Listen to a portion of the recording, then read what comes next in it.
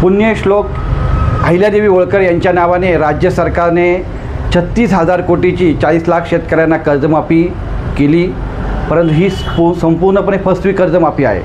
कुठेही थेट शेतकऱ्यांना याचा लाभ मिळणार नाही.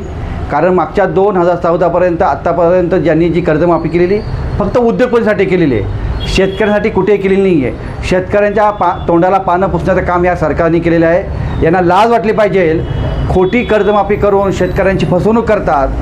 मागच्या अनेक वर्षापासून शेतकरी हवालदिल झालेला आहे, परंतु ह्या सरकारला जाग येत नाही. कालपासून राष्ट्रवादी काँग्रेस शरदचंद्र पवार पक्षाचे आमचे आमदार रोहितदादा पवार यांनी पंढरपूर या ठिकाणी अन्नत्याग आंदोलन केलेले.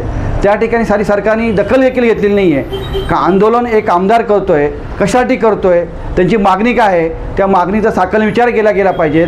पण या राज्यामध्ये गेंड्याचा कातडी सरकार असल्यामुळे यांना जाग येत नाही.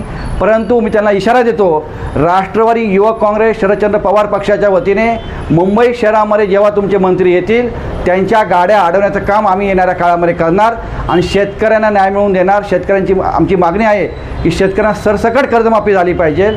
त्यासाठी सरकारला आमचा इशारा आहे.